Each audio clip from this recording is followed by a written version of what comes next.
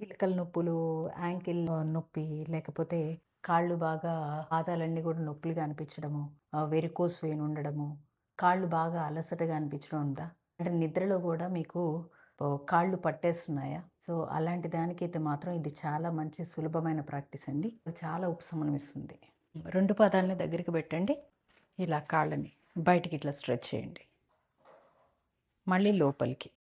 ఇందులో ఉన్న ఈ 5 రకాల ప్రాక్టీసెస్ ప్రతి ఒక్కటి కూడా 10-20 సార్లు చేయండి. ఇది చేసేటప్పుడు బయటికి స్ట్రెచ్ చేసినప్పుడు ఇదంతా కూడా మీకు తెలుస్తుంది. మళ్ళీ ఇలా మీరు పాదాలని లోపలికన్నప్పుడు మీకు ఇక్కడ ఈ కింద కూడా మీకు తెలుస్తుంది. ఇప్పుడు కాలి వేళ్ళని మడవండి. మళ్ళీ ఇలా విరిచినట్లు ఇట్లా అనండి. మళ్ళీ మడిచేద్దాం. మళ్ళీ స్ప్రెడ్ చేయండి దాన్ని. ఇవి చేయడం వల్ల చాలా ఉపశమనం వస్తుంది మీకు. మళ్ళీ ఇప్పుడు పాదాలని 2 కూడా ఇట్లా జత చేసి మనం సర్కిల్ మూవ్‌మెంట్‌లో చేద్దాం. ఇలా రివర్స్‌లో. ఇప్పుడు పాదాన్ని కొంచెం దూరంగా తీసుకుందాం. మళ్ళీ లోపలికి, బయటికి బాగా షేక్ చేయండి.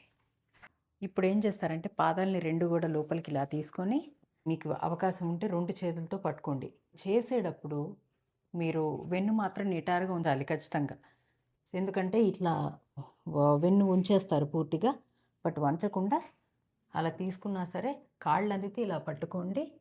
చేసినంతసేపు మోకాళ్ళని వంచకండి. ఇక్కడ నుండి మీరు చూస్తే ఈ ఏరియా వరకు కూడా మీకు అంతా కూడా స్ట్రెచ్ అవుతుంది ఫుల్.